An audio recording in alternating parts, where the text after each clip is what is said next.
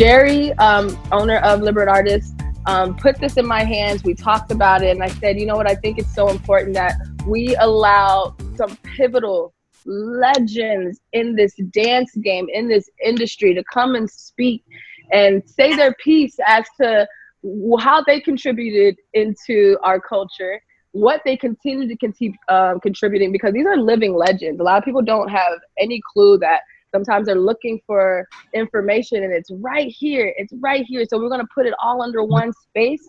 And so I'm going to start off by actually just introducing everyone one by one, just so I can give you, look, and because they list of things are so long, you know your girl had to, listen, y'all have no clue who these people, I don't know. You're going to find out right now. So let's start off real quick with Sabella. If we can highlight him so people know who these faces are. So I don't know if she already did or not. Okay, so we got Sabella. What's up, Sabella? He in his boxing.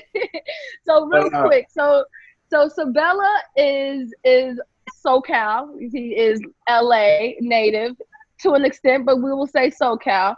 And so, okay, so what I can say about Sabella is that he's a storyteller who creative practice draws directly from Black movement systems.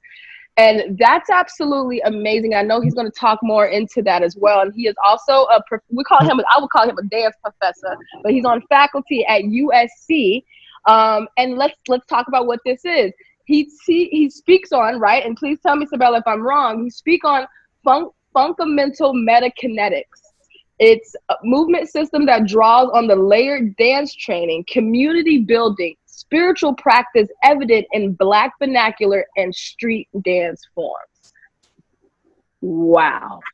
What does it all mean? Wow. What does it all mean? And you also have a current project called Dark Matter Messages. Yes. And I would love for you later on to please speak on that so people can know where they can get this information and speak more about these street dances, because I believe you speak from really understanding their movement and be self examination. I feel like self-examination is what I feel like you look through too when you see these dance styles, because they come from a place, and especially when you say Black movement, we all know that to be true. Absolutely. So that is Sabella. That's just quick on Sabella. You know what I mean? That's quick on Sabella, but not quick because it is also deep and complicated, and I love it so much. And now now we're going to move on. So we can move on quickly, and then we can sit here and talk, and we can all just sit and talk all back to back. So that's Sabella. And now we have, let's say, was I able to put a thing on Teresa Espinoza? Okay, for those who don't know Teresa Espinoza, she is from Dallas, Texas. That is, hey. Whoop, whoop. That's where I'm from. That's also where I'm from. She graduated from Cal Arts as well. And Teresa, you guys, I'm reading up on what you've done, and it's been amazing because I already know a lot, but I didn't realize, you guys, for you, those who don't know Janet Jackson, figure it out. But she was nominated for an Emmy Award contributing to choreographing to Janet Jackson's Velvet Rope. Yeah, that was a long time ago. I know, but it's but the thing is, it's so pivotal up in today, because now you're creative directing and choreographing for Magic Mike. Yeah. Woo, that's the show right there too. And she's also danced with absolutely incredible people like Prince, Mariah Carey, Missy Elliott, Usher. It continues to keep going on with the people that she's also put her style into and contribute her knowledge into, from coming all the way from Dallas up into moving out to Los Angeles and being able to bring both of those worlds together. I can't wait to sit and talk more to Teresa about what that journey was like and how you also are contributing to the classroom and putting your culture into the classroom. So we'll come back to Teresa. Y'all get it popping with that. Get that in there. Now I got Tweet Boogie. Tweet Boogie is from the South Bronx. Don't actually mess with her. Tweet Boogie is from the South Bronx. Thank you for being here as well. Tweet has, oh my God, Tweet, I didn't even, so I'm looking at some of this stuff and being like, girl, I had no clue. But Tweet has, Tweet's been moving. She's also worked with pivotal big names in the hip hop industry like Jay-Z, LL Cool J, Missy Janet, Kanye, Nicki Minaj, and obviously Janet's last video, Made for Now. So she's also been able to contribute her body into that. But have anyone seen that show Power with 50 Cent? What? You choreographed on that too? Yeah. That's amazing. Yo, I love that show. That's a really incredible show. That's grown people only though. Don't really try. He only has to watch that show if you ain't grown. I know he has another one coming as well. And something I wanted to touch base on, because a lot of people don't realize that that especially and I can't wait for you to speak on it as a woman as well, being a woman, you and Teresa, in this hip hop industry. You have also had a chance to teach Gail and Oprah on the Oprah show. Some few hip hop dance moves. Yeah. Even she got Oprah out here going crazy. You guys. And she's also a brand ambassador for Ladies of Hip Hop. And that's something she can also touch base on a little bit later as well. And that's just a little bit of, I can give you about Tweet, and we'll talk again more. But she's contributing like crazy for the ladies as well in this industry. So more to come. We talk about that. All day. All day. And then last but not least, we got Poppin Pete. You guys, Poppin Pete, big bro. Poppin Pete, he's from Fresno. He's from Fresno, California, right? He's representing Cali boy, you understand? But for those who don't know as well, like he is one of the innovators, along with his brother Boogaloo Sam, was the innovator of popping in the Boogaloo style that was pretty much between the mid 70s. Where it was at? Yeah. So he's contributed.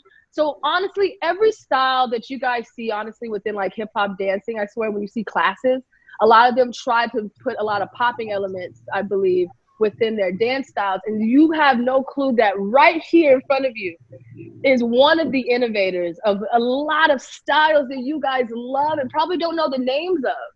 But he is right here, living legend, doing it big. He started also with Soul Train. He got Michael Jackson Michael Jackson. Yeah. Even taught Michael Jackson, been in a lot of Michael Jackson's music videos we're going to also get into that and how he has contributed and how Electric Boogaloos has contributed into the culture and how it went into the classroom. And people don't realize that all of these street styles, all these styles, everyone has contributed some type of way from the past to know what our future is looking like. Yes. So I can't wait to dive into it. I'm gonna stop talking now. I'm done. I'm gonna sip on my orange juice and ask this amazing question that I don't know who wants to answer it first. I'll probably send it to Sabella. I'll probably send it to Sabella first to start off for us. But the question is, everyone get your notebooks out, please, because this is something you guys don't want to miss. I know we recording, but you're going to need to write this down. So big question, you guys, and this is for everyone, but I'm going to start with Sabella. What do we feel is missing in the classroom? So can I respectfully ask that I don't answer this first? Okay, respectfully. Who wants it then? Who wants it? Oh, snap. Oh, we sending stuff. I'll take it. Okay. I'm just trying to respect my OG, and you ain't going to have me out here disrespecting my people. No, man. Hey, listen. Whoever wants it, how about this? Duck, goose. Whoever wants it. I mean, Pete, what do you think? Yeah. I mean, growing up, of course, I never learned in class. I learned in mama's living room, bedroom, backyards, and things like that. But for me, it is about understanding the true foundations of things and not kind of like putting everything under one umbrella name. People don't take time enough to break down, you know, you know, the elements of whatever dance styles that they're doing, the history, terminology, you know, creators or whomever into the classroom settings. People just kind of mask everything under one name, and then just kind of like generalize everything as this is how, you know, this is what it is, versus, you know, I always say it's the difference between a dance instructor and a choreographer. You know, when I was coming up learning, and if you're in a classroom setting, even at school, you know, you got different instructors that has curtailed the things that they know and teach, and they detail everything so you can, you know from A to Z, 1 to 1,000, whatever it is. I think that's what's missing in a lot of classroom settings. Whether you talk about music theory, people on beat, understanding, you know, how to correlate movement with music. So it's a lot of times, and everybody's kind of like just, you know, put it all under one thing and expect everyone just to figure it out. And a lot of people think they know, like, oh, I go to this class, I have this, but that's, for me, that's what is missing. It's really people breaking down and giving the kids, you know, how to become great individual dancers. And there's nothing wrong with, you know, being in a group setting, but you have to become and understand how to become that individual dancer. So that's what's missing for me. I feel you. Absolutely. So real quick, would you say that popping then becomes misconstrued and thrown into too many different categories when would you be able to specifically speak on like what popping considerably is? Because popping, I know. Yeah. I mean, even on that, popping, because everybody put popping under one name. Popping is not the you know, the umbrella term. There is different styles.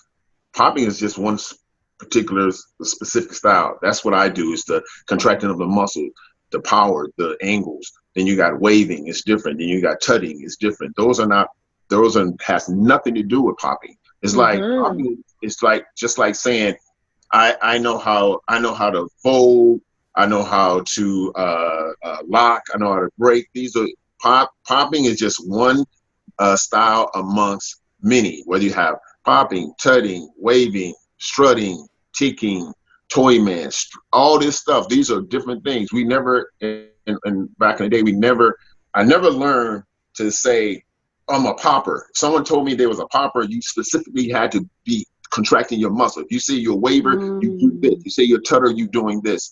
So, but the people don't understand this. They think everything is under this umbrella called popping. And so thus, everything you do, let me put some popping elements, and they start waving. I'm going, but if it's waving, then why are you saying that's popping? Because now it has two names.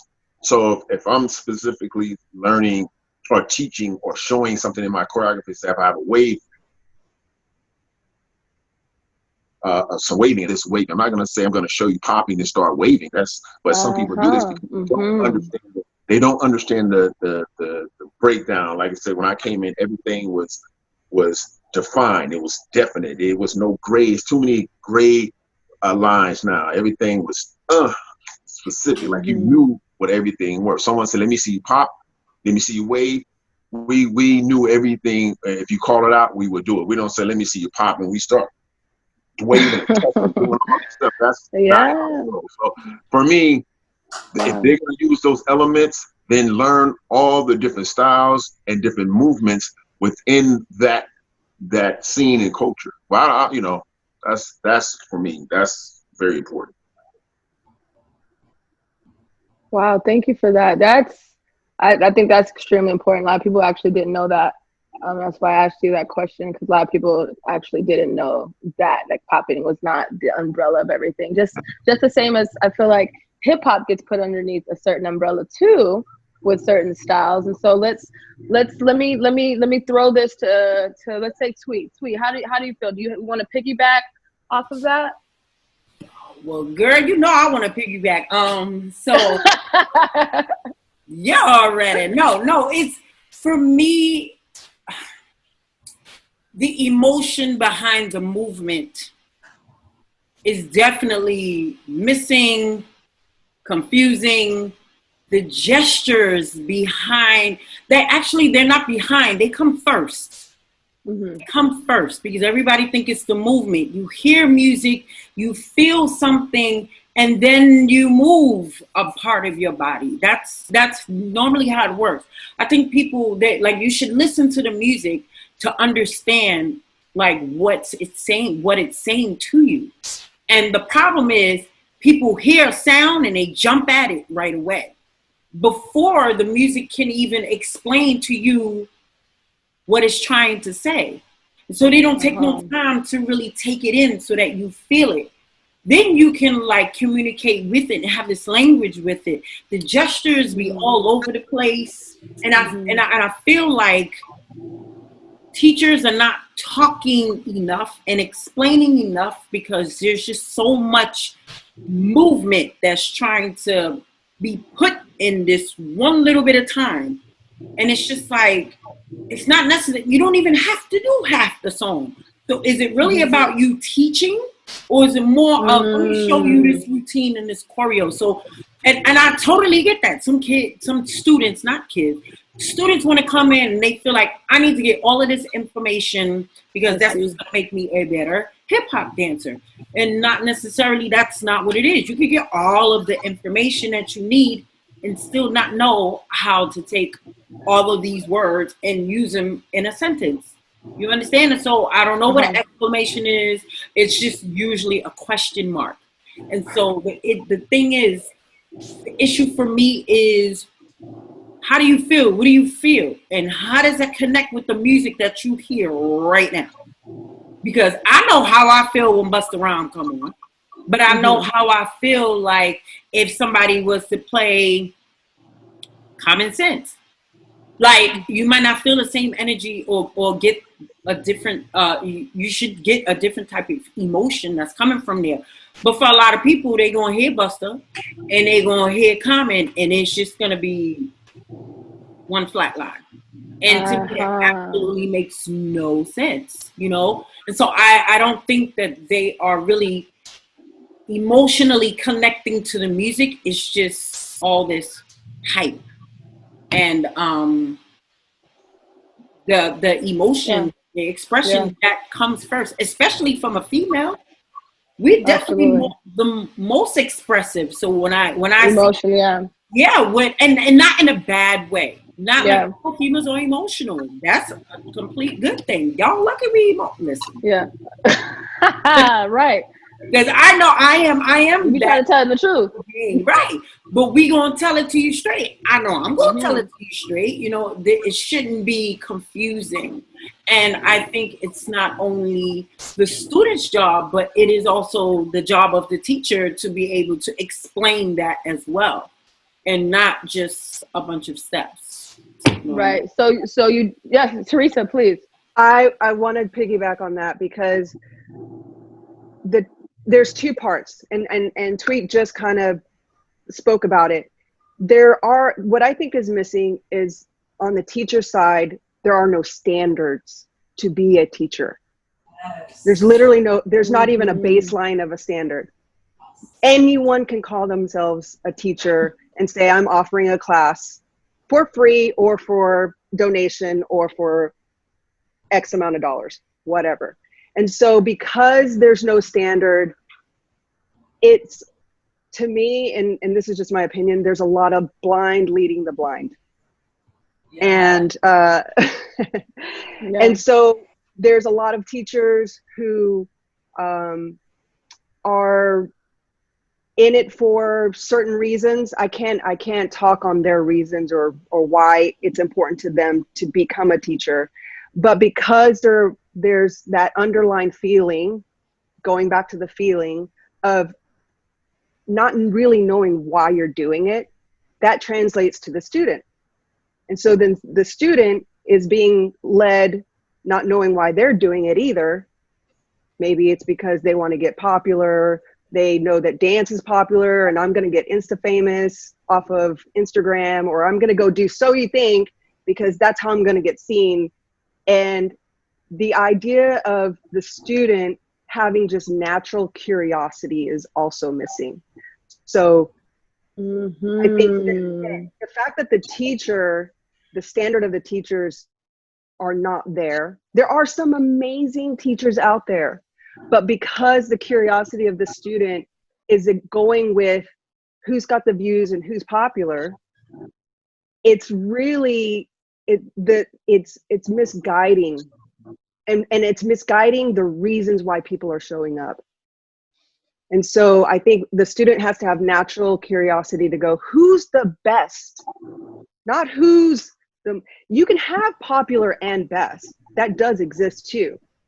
But I think what's missing are people wanting to know who is the best because I want to be the best. Not because because I love dance. I love this feeling. I love connecting to music. I love wanting to express myself. And it gets convoluted because the standards of the teachers are misguided, and then that misguides, it just trickles down.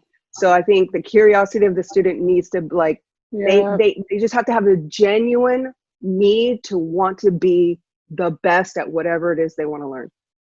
And then they'll realize and recognize when a teacher doesn't have any substance.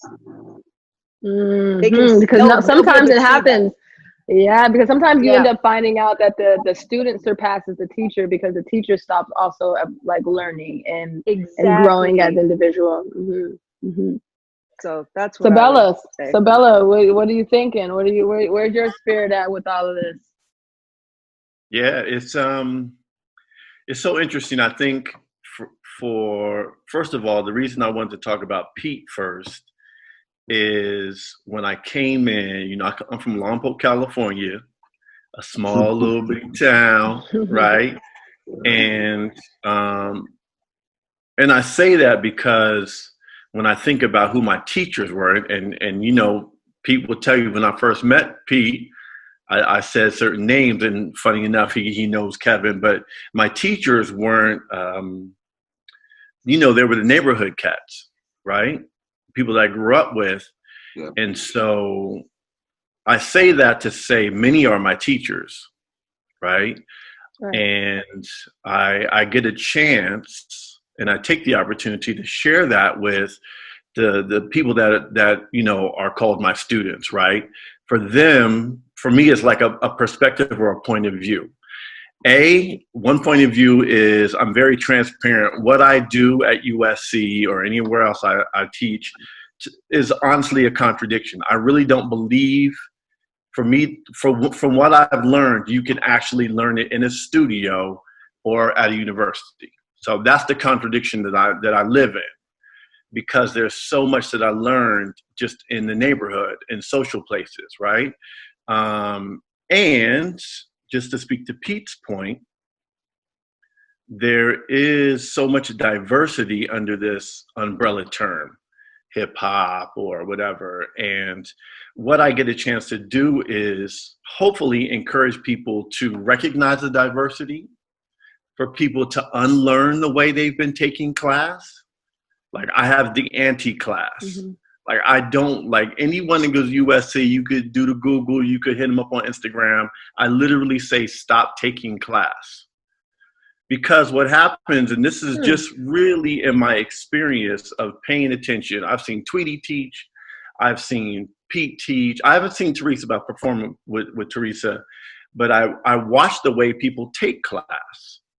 And oftentimes it's transactional. It's, I paid my money. I need just to see the shapes that Tweety makes. I'm going to learn that and I'm going to run. I want to see what shapes Teresa does, the speed, whatever. I'm going to take that. And the question for me is, then if Tweety's talking about feeling, how do you get from feeling if everything is external, if everything is on the surface?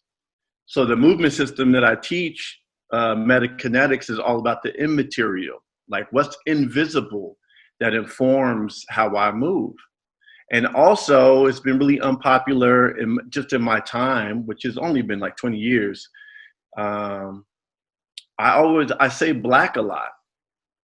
And for a lot of people, that they just have an issue with that, including some black folks.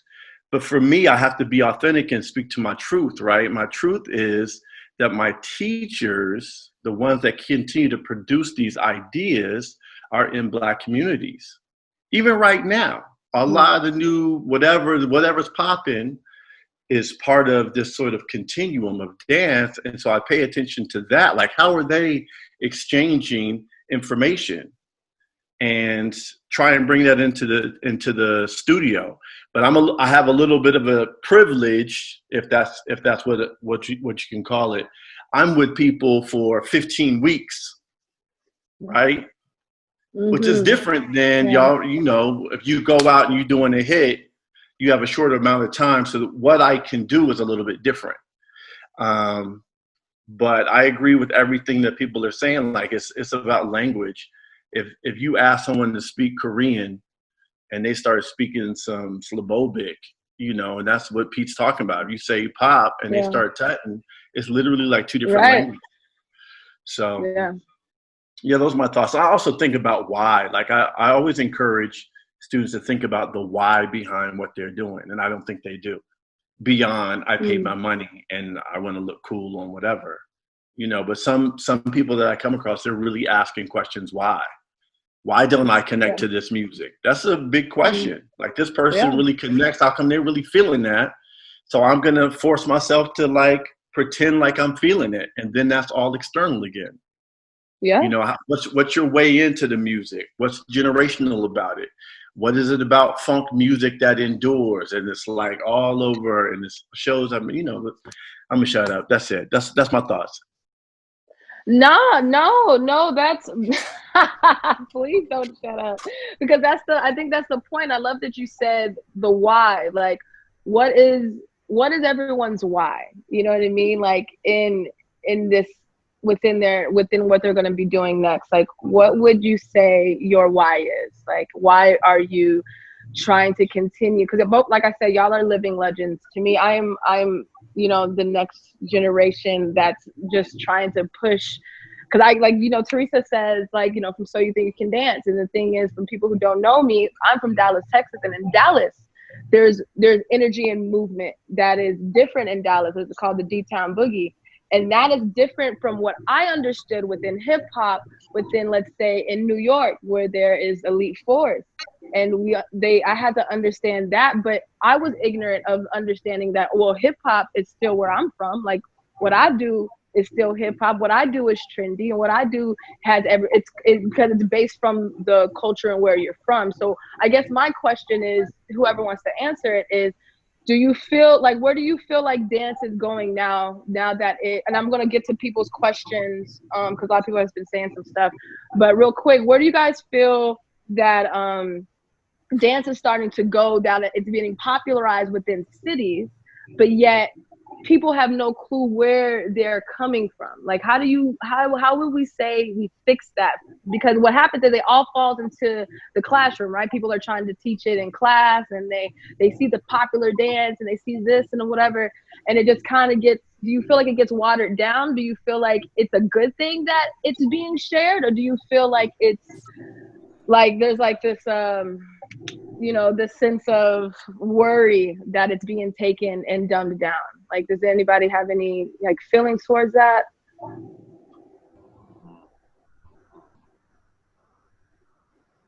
I'm scared it ends up on TikTok. well, yeah, because it becomes popular. So I'm wondering, like, what's y'all's take in the sense of how it's starting to move, because it's becoming popular, like the style popping, like it's everyone wants to do it, regardless of them knowing that popping is not the umbrella of all these different styles. Everybody wants to do it. And so you ask the question, like, how is it good? Are we happy about it? Are we actually let me jump. Okay, I'll jump in, because I come from me starting out in the era of, there was no social media. There was I'm you know, my first talent show and being on stage, I was 6 years old. So, far as, me starting out and learning from my brother Boogie Sam in 1978, I had, of course, watching Soul Train, and that was the visual Bible, if you want to say, of us seeing what was new, even though in Fresno and I was going back to Fresno to LA, whatever the popular dances, like you said, in your setting, in your city, then you had in my days, you had recording artists who would sing songs about dance and would describe them as they're singing. Do the funky chicken, do the robot, do the breakdown, all these things. So we're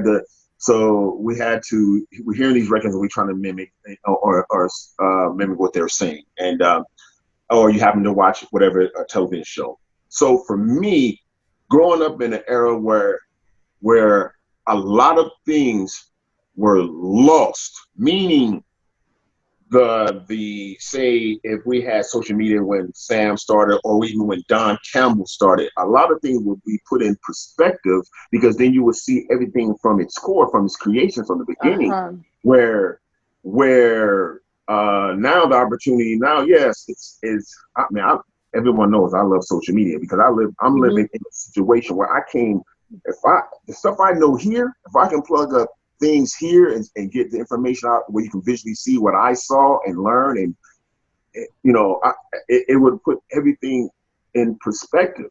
So I'm a person, in my days there was great dancers and there was not great dancers.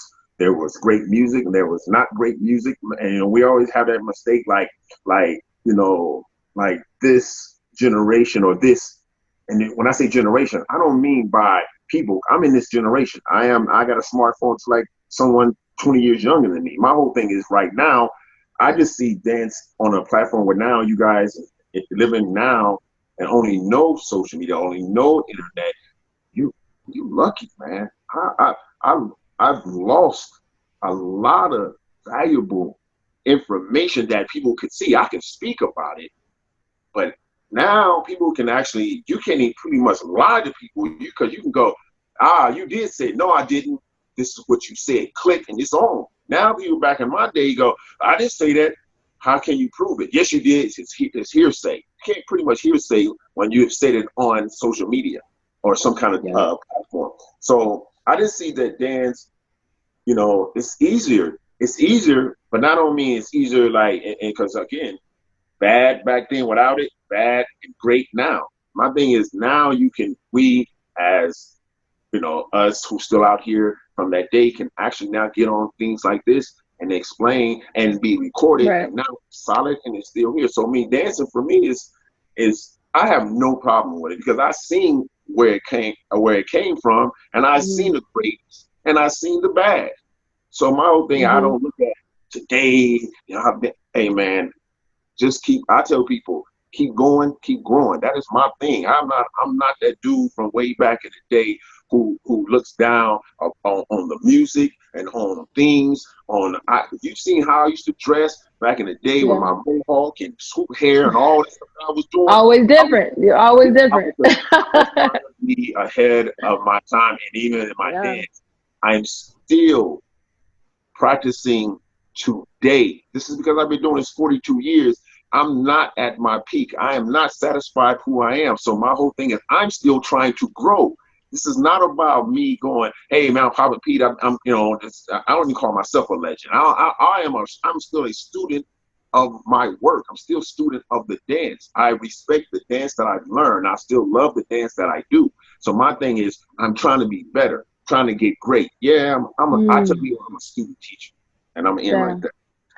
That's honestly what makes you great. That makes all of you guys great, because we never stop learning, right? We always seek knowledge, seek more. And I think that's what I feel has happened, is where people stop and they become content because they got that good job, or they got the big classroom, or they got whatever. And I think that's what we're talking about, right? We're talking about, even though, like, Sabella, you do everything. Obviously, you have it all within the classroom, you can speak about it, but then it's also important for us to take it out of the classroom and then also create your own environment with it too, because some of these dances can't only be taught in the classroom without actually catching the feeling with like-minded individuals, I feel like.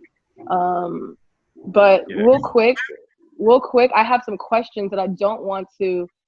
Okay, so I have a question. Someone says, do you think, and anyone please take it if you feel like taking this, do you think that social networks are damaging dance as art? I feel like you kind of tapped into that a little bit, Pete. Underlining the acrobatics, which is more about popular dance, and losing the emotion.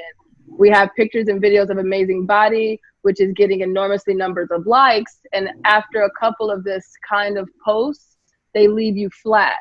So when it comes to emotion, what is your opinion on that? Like, I guess basically it's saying, like, do you think social networks are damaging dance as art because of how it's being fabricated? Because let's say someone has a popular move and it gets popular in comparison to the person who actually created the move, and or actually did it and it was from it, that era, someone else gets popular from it. Does anyone, I don't know if anyone has, Teresa? Yeah. I kind of took it a little bit different, I think, that question, as far as, you know, social media obviously has made dance worldwide. Like, its reach is insane. Anyone that has a phone has access to dance anywhere in the world. And that to me is incredible. It's an incredible tool that we have. I think the issue is nothing seems to be like back in the day when you saw someone dance at their highest level, it was like gold. It was like watching gold. And you're like, oh my God, did you see blah, blah, blah? And it left this huge impression on you that you can still visualize it today. Now, I mean, people are putting out incredibly amazing work, but it lasts for about one day at most, and then people move on to the next. So the impact that I think dance used to have without social media, I think agree. When you lived that, when we experienced that, we can each of us think of some form of dance or video or anything and go, that left a huge impression on me. That, and you can replay it in your mind without having to see the video. Now on Instagram or YouTube or whatever, it's like, oh, that was great. And then everyone moves on. I don't know. It's really strange. So it's a great tool. I think it's just the attention span too. I think it's just the attention span just changes. Yeah. And it's all accessible now. Yes. Yeah. And it's, and to be honest, people look at stuff and they look at it for 3 seconds. And if they're interested more than that, they'll continue to watch. It literally is like 3 seconds. You have 3 seconds to grab someone's attention. And it's true. We used to have to wait for a music video to come out. They would advertise on MTV, this video is going to premiere on this day at this time. And you had to like wait at your TV to watch it, you know? And so that anticipation, there's no more anticipation. There's no, it's just, I think maybe on a certain level, the art of it is taken for granted because it's so accessible. So there's two sides of it. I think it's amazing that it has the reach, but then I think people's art, and I think this is where if you're a creator, you just have to do you and do what's true for you and not do it for any external validation. And that's all we can do at this point, and just do your best. Yeah. I agree. The internet can reach, like, if you want to see a dancer on the other side of the country, you want to know what this style of dance is like. I want to see some Japanese dancers in Russia. You can Google it. You can YouTube it. You will never know what they feel like. There is a disconnect because of the internet. There's a complete disconnection. People don't even go to well, we can't go to parties now, but people don't even go to parties to party. anymore. They don't. They go and there's like skibby feet. Like I can't. Back in the day, when there was a cutie coming in a room, you could be like, girl, look. Now you be like, all from here. Like there's just a complete disconnection with the internet. And that I think that's pretty much what Teresa is talking about. Yeah. Like, I can't understand what that person was feeling. I can't even smell that person. I can't even really describe. Like I can't talk about the sweat on their back, on their t-shirt. Like all of that is what creates just that moment of why people remember that moment. Because when I talk about, if I talk about Pete, I want to talk about how the sweat slapped me on my face and hit that next person. Like if he did a turn or whatever it was, if he threw his arm up, all the sweat hit us. Like you can't feel that. You can't understand that or have that connection through the phone. You can't. Like I remember being around Taco just that one time. And literally the hairs on the back of his neck were like, wiggy, wiggy, wiggy.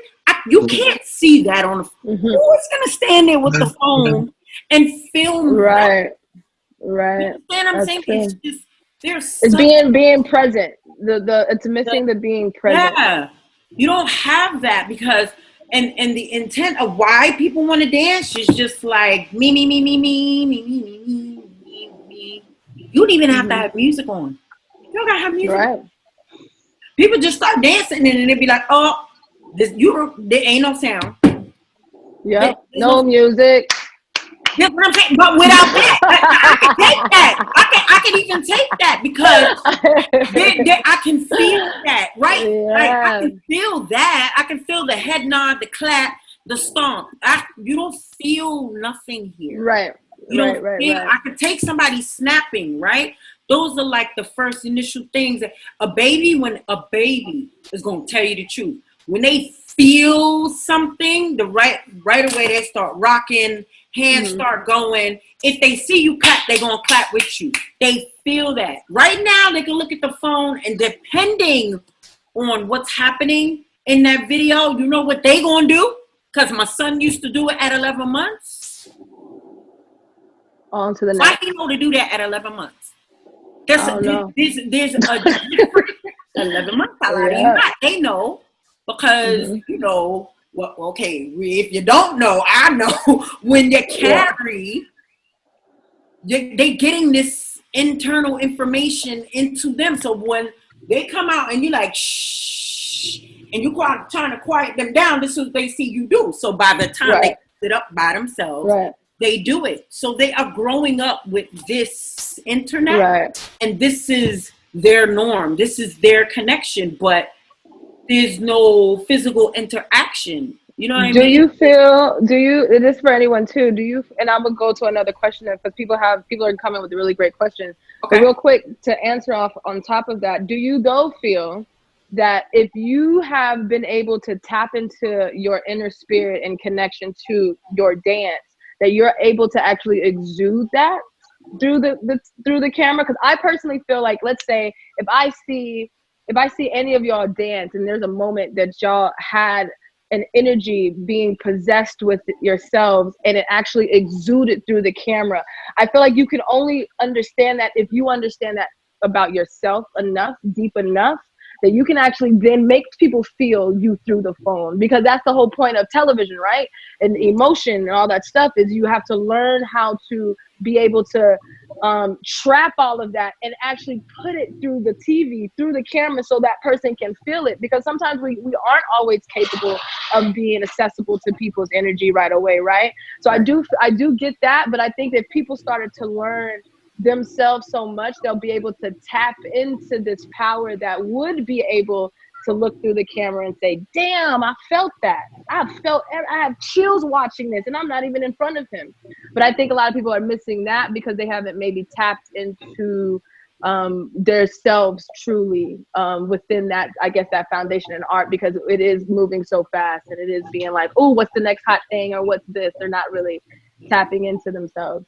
I think I would say that.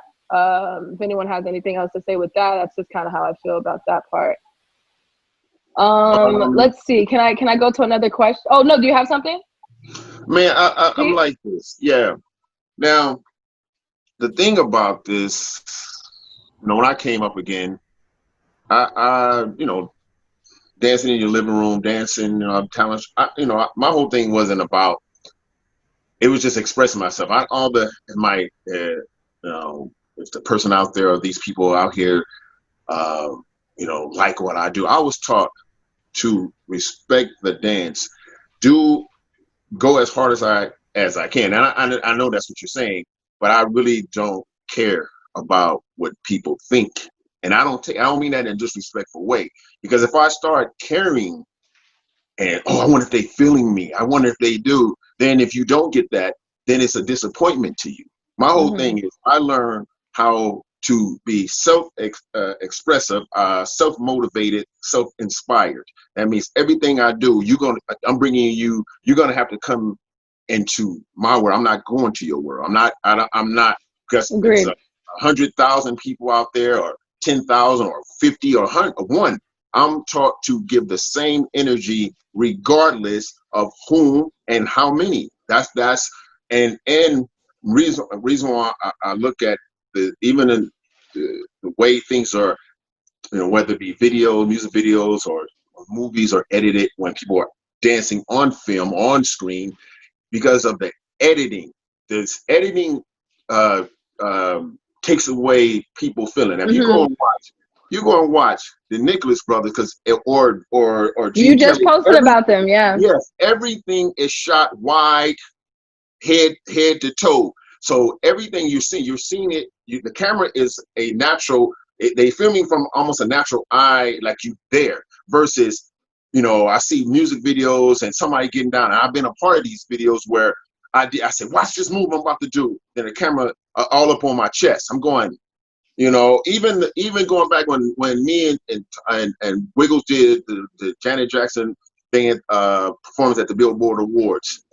At rehearsal and on that stage, it was the way how it looked, because we just seen it there. It was so much energy. But when I saw it the night of the award, because the cameras was bouncing all over the place, it sucked the energy out. So you don't get that.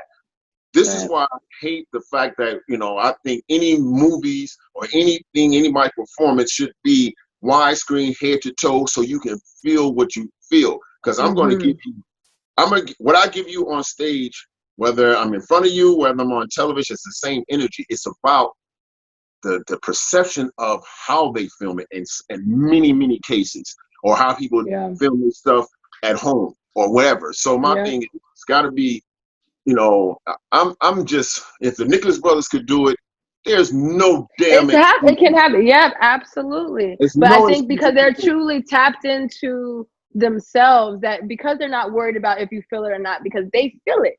They feel it. They know where it came from. And so that exudes out. And then now the viewer can say, ooh, okay. And the viewer or not, whoever cares. But that's how it happens. That's how we transition. That's how we transfer energy, right? Exactly. Because too many people care, or too many people care about what other people think about them. And I don't give a flying about what people think about me. Not a flying freebie. Whatever I do. Yeah. If you care, if you're so concerned about what other people think, you're only going to tell them what you think they want to hear. Thank you. You're not telling them what you feel. Sabella, can you say that again? That was so good. If I'm just piggybacking off a piggyback though, let's talk about pork. No, for real. My brother. Anyway, so there's something about telling people what you think they want to hear, right? Then that means you're not really saying nothing from here. Like, what do you want to say? And who are you saying it to? And why are you saying it?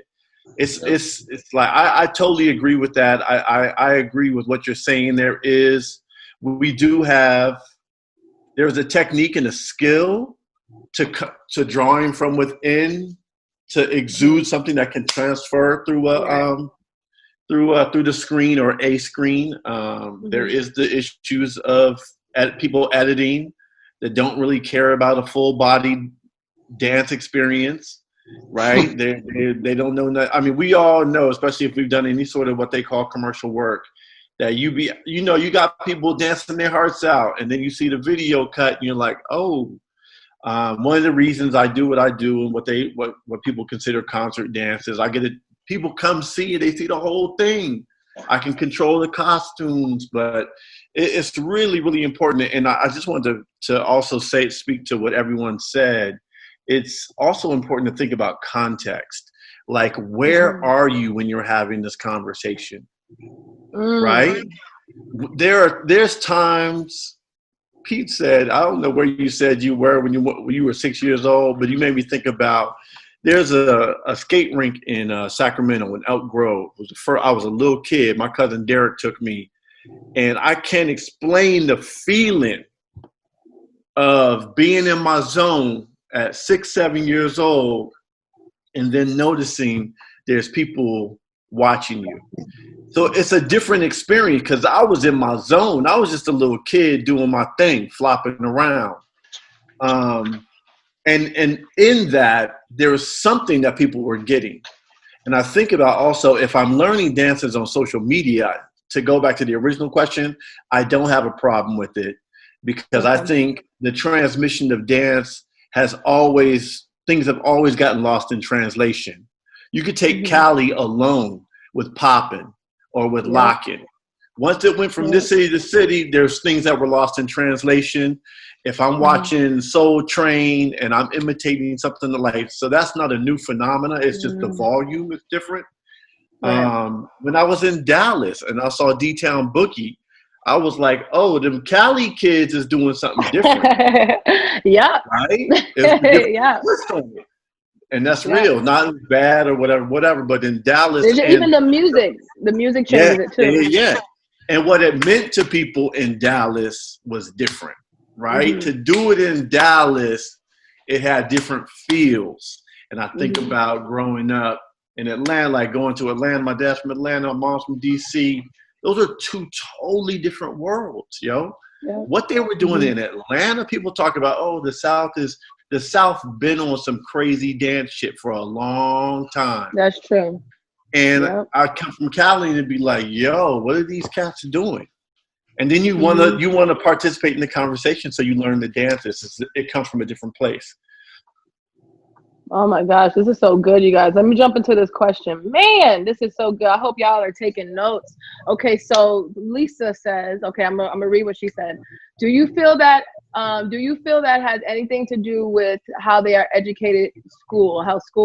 Do you feel like this lack, I think, of information has to do with being educated in school? I feel like that might have been answered. They just go through the motions and learn enough for the test, but rarely take interest in the actual subject because they are rushed through it to get the test. I feel like we're often trying in class to get through what has to be done in the curriculum before it's time for choreography to start for recital. Absolutely. I believe Teresa tapped into that.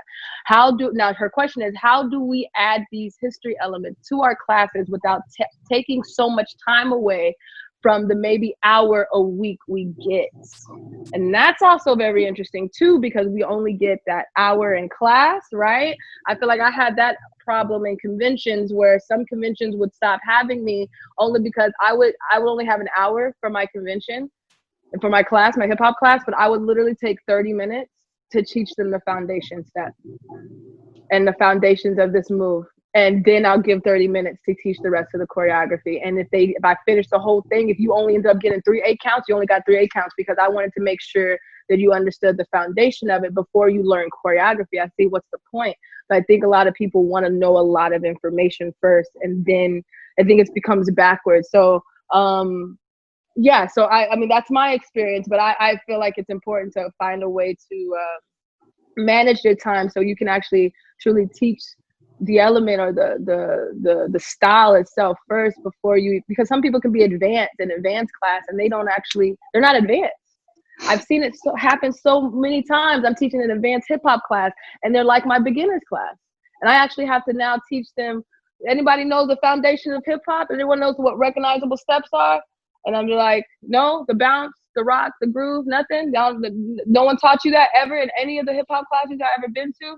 So it's very interesting. Does anybody have their take on what they feel like one should do to not take a time if they only have an hour?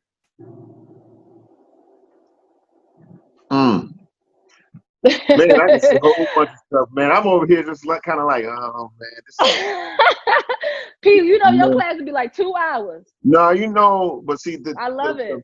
The problem for me of this, I call it the instant oatmeal microwavable teaching, is the fact that, you know, as dance instructors say, if you want to learn ballet, you had to go through these steps, everything you had to learn and taking time. Everybody wants to learn the instant. I gotta get it now. Hey, can you show me these steps in an hour so I can get on television? You know, case in point. I mean, Janet Jackson, I did when I rehearsed with her for the Billboard Awards. We were in the room by herself, and I'm showing her, you know, these things, and she turned to me and said, "Pete, I don't know if I'm going to be able to do this." I said, "What do you mean?" She said, "This is not something you just learn in 2 weeks. You have to live this." And I had to convince her to do the routine with me and Wiggles, because she wasn't going to do it, because she said, I can fake this, but I'm not really living it. He said, this is something you have to take your time at. And what people do, because we only have an hour, we do instant microwavable teaching, because the students nowadays, when I learned how to pop and learned from my brother, I sat for hours talking to my brother about the movement. How do I move? Why did you move that way? What does it take? Show me. Now everybody wanted to learn 5, 6, 7, 8. I got it down in an hour, which hip hop and street dance should be taught just like any other thing. That's why I'm a dance instructor. Yeah. I know I have to sometimes microwave stuff, because it's about either you make that money, and I'm going to be real. A lot of us saying we got to make that instant money, so we got to do instant. So my whole thing is, when I have a student, someone say, "Pete, I want to learn under you."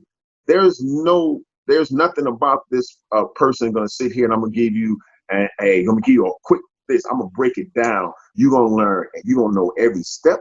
You're going to know all the terminology. You're going to learn how to do everything, and it's going to take you time to get to that level. So my thing is that people right now, students need to be patient. Stop trying to rush y'all trying to get from A to Z and miss everything else in between, because you want to be that, oh, I got to learn this class. I got to take this class. I got to do this class. Get with someone. Learning choreography is different. Learn how to dance in a genre of a dance style. Gotta take your damn time and stop being impatient because someone teaching you the foundation. You say, I don't want to be. I've been through that. That's why I don't do a lot of conventions and got kicked off a lot of them. I was doing like you. This is the basics. I want to learn all the dope moves. Bunk all the dope moves. How can you learn the dope moves? We don't even know how to even conformulate to get to that. Thank you. Well, I'm done. Let me go sit down. No, thank you. Okay, I have a really good question I don't know if anybody wanted to piggyback off of that, but that was, I hope that answered your question, Lisa. Someone says, what is one thing studio owners, educators can do today to create action and bring culture in the classroom? Like, what is an example of incorporating culture into the classroom? Stop lying to people. Anybody, someone on that. People. Teresa? Okay, well, Teresa, only because having the opportunity to take over Debbie Reynolds in 2018. Yes. I have forgot to say that. Please speak on that. Please speak on that. It's as a studio owner, okay, as a teacher working, teaching for studio, I had my own ideas of how I wanted to be as a teacher, right? I get this crazy opportunity to take over Debbie Reynolds, and never been a business owner, and taking on the previous workings and dealings of who was running it beforehand, right? And so over the last couple of years, it's been really interesting because I know what I think about being a teacher and what I want to share as a teacher, and I want to be as honest and as legitimate as I can. So that being said, when I was a teacher at Debbie Reynolds, I realized there was a certain point where I stopped teaching to hip hop music, and I started doing rock music, and I started doing electronic and like other stuff. And I realized I can't call my class hip hop anymore. I'm not teaching to hip hop music. And this is years ago. But now being a studio owner, I see teachers teaching. For example, I recently had someone teach for us, and I said, well, what do you want to call your class? And they said urban grooves. And to be honest, I didn't know what to say, because I don't want to, this person doesn't even do one groove, let alone teach urban grooves. Like, what? So, I mean, literally, it's choreography. And I struggled with it internally. And I'm going to be honest, I let them call it that. Because I had a hard time keeping them accountable. Because at a certain point, and that's my fault, because if I'm going to be a leader as a studio owner, I need to help keep the community accountable where I can. So I know that at that moment, I failed him and I failed the students that followed him, right? And it's not like the students would know, and it's not like he would know, but I know. And so there's also this part that it's a business and people want to pay for something they can recognize. So he knows he's not teaching hip hop.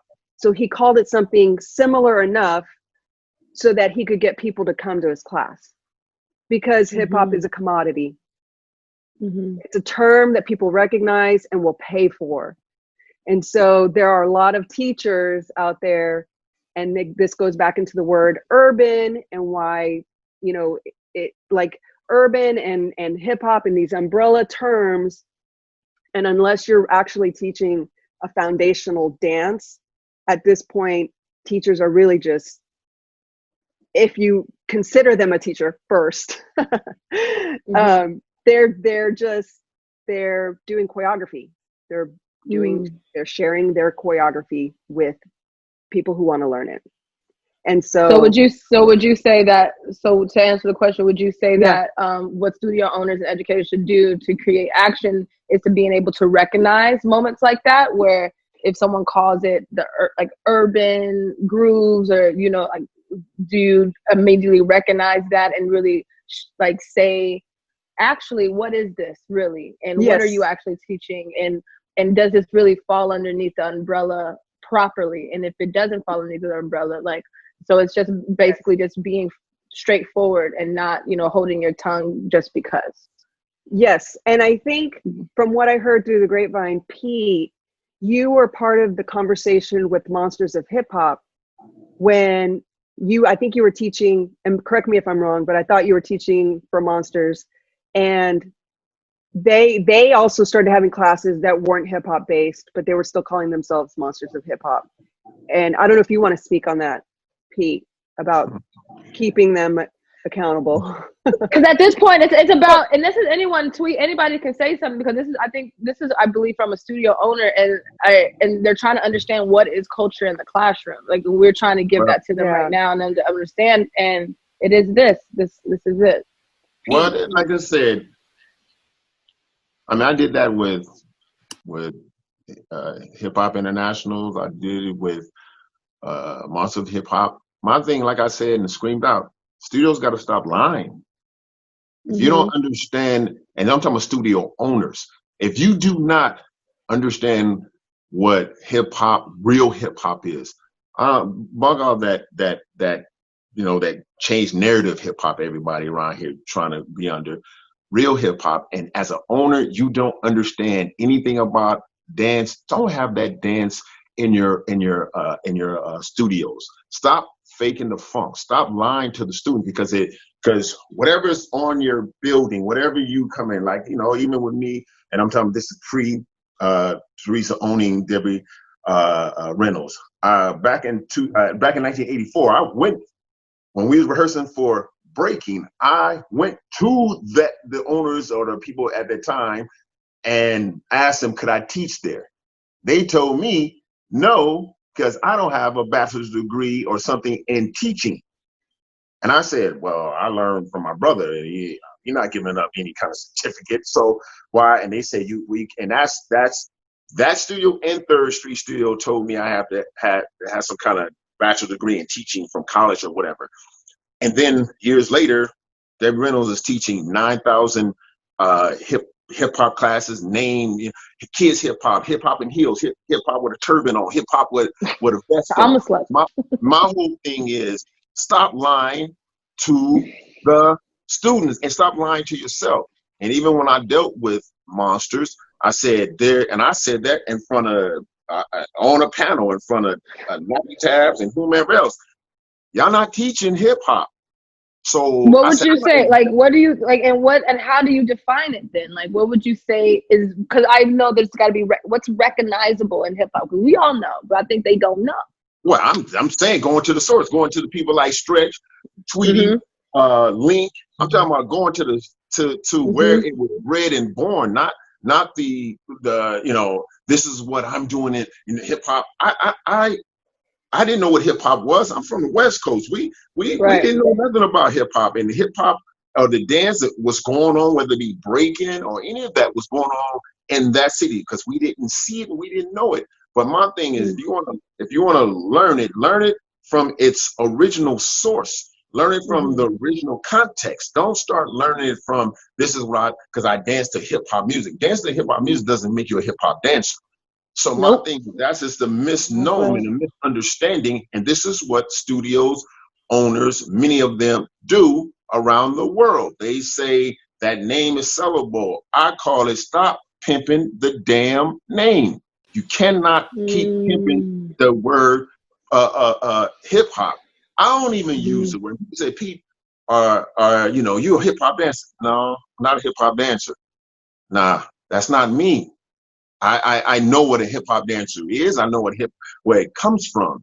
If I taken that time to understand this, then everyone else should. And if you, like Teresa says, I mean, the thing is about, I got on Andy, and now they changed the name to Monster. Like I kept telling him, you can't keep saying Monster hip hop when you have people teaching contemporary and all these different styles. That is not hip hop. So you're confusing everyone. And I used to say that in my classes during their convention, and I got to let go. Me and Andy is cool anyway, but I got to let go because I had to keep telling the truth. I'm never going to not do that under any. I don't compromise that for nobody, and everybody knows. You're not teaching hip hop, you're teaching choreography. It's called personalized choreography. We've been doing this before because even back in the day when you make a step up with your cousins, your brothers and sisters, you said, let's make up a step, let's make up a routine. It's just choreography. So you cannot be, because you're trying to pimp the name, that's what's wrong. And people don't want to do that because they think, nobody gonna come to my class if I don't say hip hop. If you can't get out in the middle of the circle and in your class and get busy, then stop telling people you teaching hip hop because you can do some choreography to a hip hop song. Anyway, I'm out. Y'all. That's the second time he been out. And I know. He been out sitting down. He been out sitting down this whole time. Ain't gonna come right back. Did you want to say something on that? I want to make this real short. So I just became part of faculty of a studio here in New York. And it was a studio that I had been teaching at as well for a long period of time. And what I loved is that they said, you know what? You want to change up this program. We want to bring really authentic hip hop, but we can't make those decisions because we don't really know what it is. So we need to bring in somebody of the community that we know is in the community that is not only like a great dancer, because you can have a phenomenal dancer in the community, but they suck as teachers. They suck as teachers. Not everybody that's an amazing dancer is a great teacher. You need somebody that is in the community, that understands the language, the vocabulary, the culture, that is truly of the culture. You're not just talking about, I know all the music and I know all the steps and I know all the names. And I'm like, and your bounce looks crazy. And your rock looks crazy. Crazy. And you can't do this 2-step. You can't even, why? And so you really need somebody that's of the community, if that's what these studios are looking for. Because I can tell you one thing, from a business standpoint, these studios may not be looking for that. And so they're looking for the more commercial style. Why? Because that is bringing in money, and you can, but you can go in and say as much as you want to say, which is what happened with Pete. But unless they are really looking for that, there's only been so much studio you can say if they're going to listen. Right? So if I'm bringing in all this authentic hip hop, somebody's like, I want to learn commercial dance. Well, I'm sorry, this is not what we offer here. But at least I can say my integrity and my street credibility is way more important to me than this dollar. Because for me, I want to teach the authentic way of this style of dance. And so I think it's important that these studio owners, if they're going to be serious, because now everybody is serious during this quarantine, everybody is gotten, everybody's third, fourth, fifth eye is open right now. And so everybody, I think, because of, and I'll bring it up, because of the Black Lives Matter, they're like, whoa, well, I don't want to look like I'm using and abusing with hip hop, which you've been doing for all these years. So now I want to show, which I have been told, I want to show that I am really, truly trying to be a part of this culture and not just use it. So I want to now bring in somebody that's really of this culture. Now I want to switch up on all of my teachers. And it's just like, well, how long is that going to last? Because you got to do it and really mean that you really want your students to really learn this. Because when it ain't this, and when this ain't trending, and let's say in 2025, when we finally can figure out what this corona is doing and get off this quarantine, right? Then is it going to change again? Are you going to fire those teachers because it's not trending anymore? Because now it's something else? And not for nothing, this word urban, I can't. Back then, if hip hop was just hip hop, it's just hip hop. I don't understand, why do you need it to be urban? Oh, I know, because you don't really teach hip hop. But like she said, you want it, you want to be part of that cool and that trend. So let me throw urban in there. Let me tell you, anything that has the word urban in, run. Because you ain't getting, any hip hop dancer does not need to use the word urban. I don't even want to be a part of anything that uses that word urban. You don't need it. Why do we need it? If I'm a hip hop dancer, I'm a hip hop dancer. And that's just it. I've never called myself anything but that. Never. What is urban? What is ghetto? That's a location. That is a location. Don't call me a location. Don't I might live there, I might have grew up there, but I'm so I'm gonna just go back to your question. You're answering all of it. It's perfect. Find somebody that could be of that community that can help you put your program together so that when you want to offer these classes, that you can say, you know what, I did my research and I had help. There's nothing wrong with getting help. Listen, I want to learn a specific style. I'm not going to want to learn it through this. I'm going to go to the source. That's what we did. That's what I did. Listen, I was born in it. I ain't even have a choice for who my source was. My source was like, oh, you're going to learn this music today. My mother 9 months pregnant with me. You know what I'm saying? Like, we get it from the source. So if you want to learn this style, go to the source. Ask for the help. You understand? There's nothing wrong with that. It can be respected and treated with respect and not just pimp it out, use it, and then abuse it. Because we already feeling that in everyday life. Now we got to feel it in the one thing. And the one thing that I have left that you can't steal is that song that's in my heart. Now you want to rip it and abuse that too? So, and it's an insult because you want to be a part of the culture. You want to be a part of this trend. You want to trade places with me. So the least you can do is have that respect for if you're going to seek out in your studio, seek out and be honest and true about it. Because this next generation, they deserve nothing but the truth. They don't deserve the lies. They really don't. And if it's not what they want, I can't force feed it to you, but at least have it, like offer it. You know what I'm saying? It's the same thing. I go in a ballet class, I'm going to jazz class. Well, I'll be damned. I can't wear my Converse. Nope. Can't wear your Converse there. You gotta wear a ballet shoe. So it's the same thing. If I go in a hip hop class, I want a real hip hop teacher. I want to wear t-shirts and sweats. You might get away with a legging. You understand what I'm saying? Like, let's be true and honest to it because we respect these other dance styles. When it's a tap class, oh, I'm sorry, you're not about to put those shoes on. You have to wear tap shoes. We have to get a real tap teacher. We have to get a real ballet teacher. Let's do the same when it comes to street dance style. That's all I'm talking about. It's a house class. Yeah, absolutely.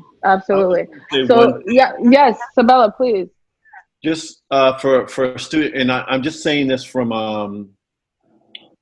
like I'm really 6 years into understanding what the convention world and what a lot of home studios produce. Like, I just want to be very honest about that. I'm like, when I see students come for auditions or what have you, I go, oh, okay, so these studios are in different parts of the country doing the best they can. I'm giving them the benefit of the doubt. But the questions usually are, what is your criteria? If you have a criteria to hire a hip hop dancer, do you even have a criteria? And if it is, what is that? Right? And it can't be a BA, it can't be an MFA, it can't be no degrees like Pete was talking about, because there's a long history of us not taking those things seriously in these institutions anyway, colleges, universities. They're only now in this country doing that, where other countries been doing it. Another thing is, what happens if you begin to really ask yourself if you're going to be more specific about what you want to teach? So do you want to teach a quote unquote technique, right? People go take ballet for technique. You know, ballet becomes the catch-all for whatever technique is. But there's all of these other dances that have a very technical approach that's comprehensive, that's full, it's got dimension, the histories are embedded in it. Or do you want to teach what Pete was talking about? Do you just want to have someone teach some choreography, which is literally like going, I'm going to teach you how to say these 3 sentences in Spanish, but you won't be literate when you go out in the world, but you can at least put these 3 sentences together and it can sound like you speak the language. Is that what you want? These are usually my questions. Now that we're having this sort of moment, this point of rupture on the planet, there's really no excuse. You can do a Zoom with Pete and Tweety. And what I would was just going to ask, I tell you that. Yeah. What I would ask is that it is like the culture. So when I talk about I teach an anti-class, you can't come to my class and be passive. You can't go, okay, Sabela, teach me. I'm going to be here. I'm an empty vessel. Because the culture doesn't work like that. I can't go in a session and expect for someone to teach me everything and I don't give anything. Like, it just don't work like that. It's an exchange. There's reciprocity. So what happens if instead of inviting Tweet, Teresa, Pete, you're accountable that the students that come with questions. What do the students actually want to know? right? What do they want to know? And we start developing students that come to a dance class and hold some sort of accountability for what it is they're going to do and what they're going to learn. Because if you really want to be hip hop, whatever that is at the heart of the culture.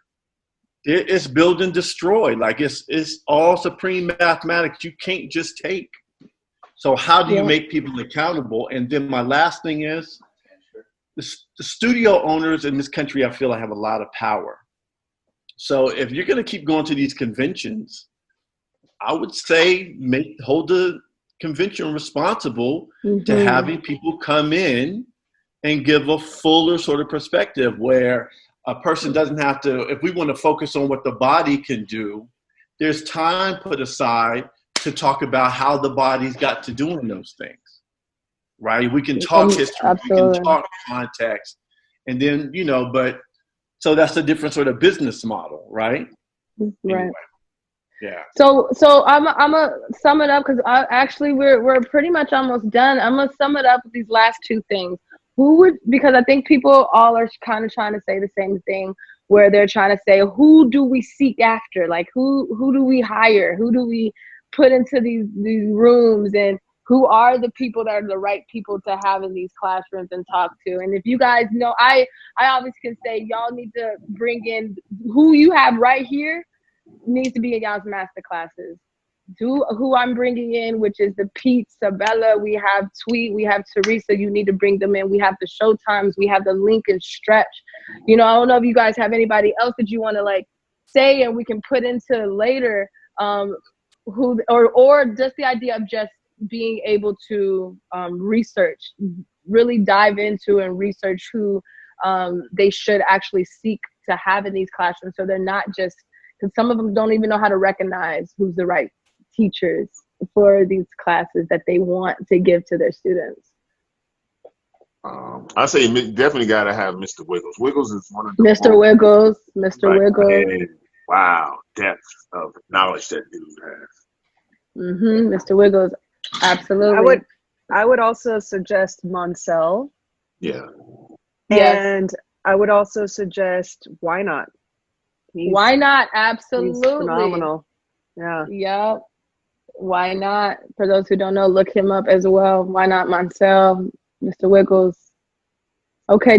So I know we're squaring up. If y'all don't have anyone else that you want to throw out to give energy and love to other people, can you guys leave us with, each one of you, just leave us with one thing you want to give to the students and the teachers, actually, and even mostly the teachers, but also both of them. If there's one thing you want to tell them that you've learned and gathered up throughout your entire years up until this point, and what you see now, what do you feel like you want to give them advice on or say?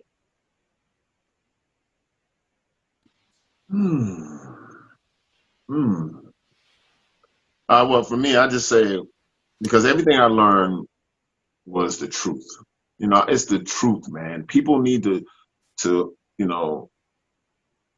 just be truthful and stop lying to the students. If you don't know, stop faking like you know.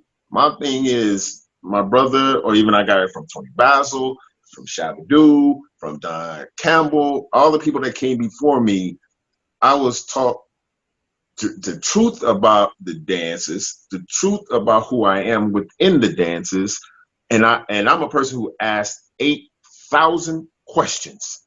My thing is, because I always wanted to know the truth.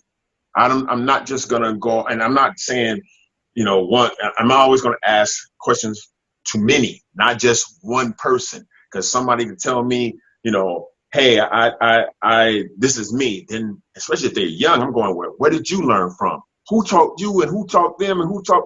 Learn the truth. That's my thing, man. People just go with the surface and will not, I call it dumpster dive for the knowledge. Go to the gutter. People just stay on top and say, oh yeah, this is cool. The truth, man. That's my thing. I ain't saying nothing else from that point.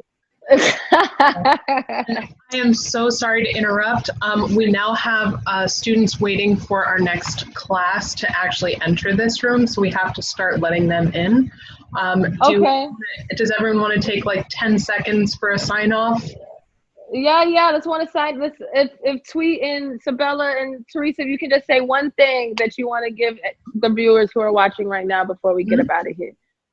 I just want to say, just for the ladies, because I'm always representing, ladies in hip hop. I think it's really important that we start believing in ourselves, stop comparing ourselves to our male teachers and our male dancers, and stop being catty with each other.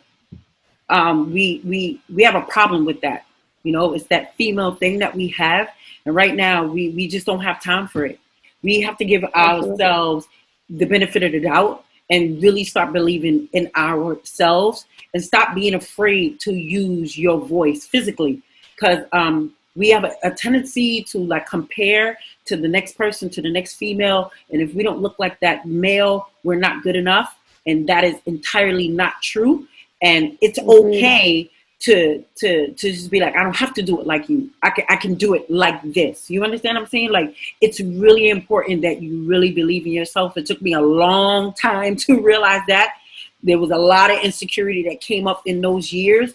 And I'm telling you right now, just let it go. And it's okay not to know, because there's enough information for you to go out and seek. But be a strong female dancer and believe in yourself. And that is all of what Thank you, Tweet. all about. Thank you, Tweet. Teresa? Yes, I'm going to add to that, because there's one thing to be overly sexualized as a female, right? And the difference of being overly sexualized and get views and likes and appreciation and attention, right?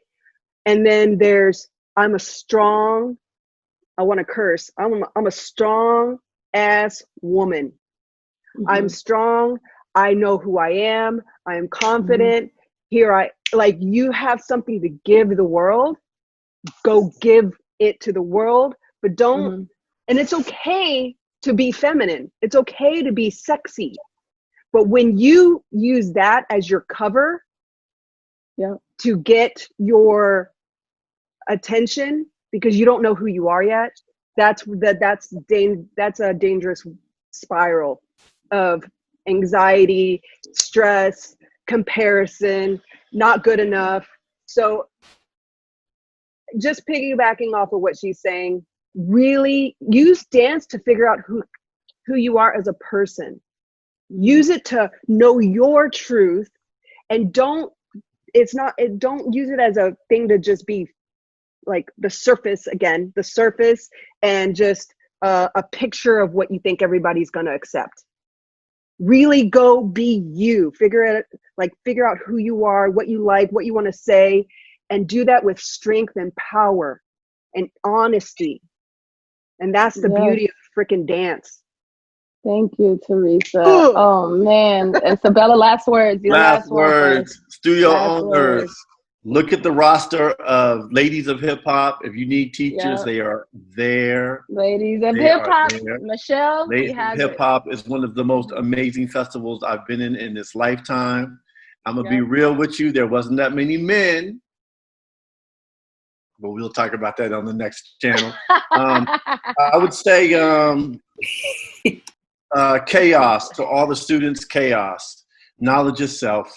Knowledge yourself. If you're seeking knowledge yourself, you'll get it. And if you understand, what is Pete doing back there? If you understand, it's going to take you lifetimes. When I tell you lifetimes to unpack and to learn all of these things, all of these forms, all these different dances, all of these styles. If you go into the studio, understand it can take you lifetimes, then it's a totally different sort of humility that you'll walk in there with, and it's a different type of journey that you'll have. Peace. I appreciate y'all so much. Thank you, guys. I appreciate each and every one of you guys. Sabella, Tweet, Teresa, Pete. Y'all are people I've looked up to. I continue to look up to you guys and take my information on and on as I get it from you guys. So I learned so much as well. So thank you guys for contributing to this culture in the classroom. You guys have no clue how much it means to me. We could talk for hours. We clearly already did an hour and a half and it went like that, right? So thank you guys so much. I hope we can do this again. I hope we can bring another platform. I hope when COVID goes crazy, we can have a place where we can all sit and talk 6 feet enough apart, so we can just keep giving this knowledge, because I know that this was so insightful for everyone. It was insightful for me. So blessings to you guys. Seriously, Thank you, Comfort, for making this happen, because this happened because of Comfort. I'm very clear. I'm Jerry, by the way, for those of you who know. Hi. And thank you for being so gracious and understanding. Like, our speakers were sent 17,000 emails like the first day, and we are a little bit of a mess. And listen, I'm owning it. I'm like living in it. But Comfort wouldn't have happened because of you. And for those of you who don't know Comfort, I didn't get to come on and introduce her because she is like your legacy and what you're doing in the community and how much you care about providing opportunity. She hosted this amazing Juneteenth. Like, I can't call it an event because it was spectacular. It was so wonderful and meaningful, and you care about this. So, like, please, let's clap for Comfort and all of our guests. I'm sorry, I didn't mean to hijack, but it's just important to give you credit. Thank you. Thank you, guys. Thank you. You're welcome.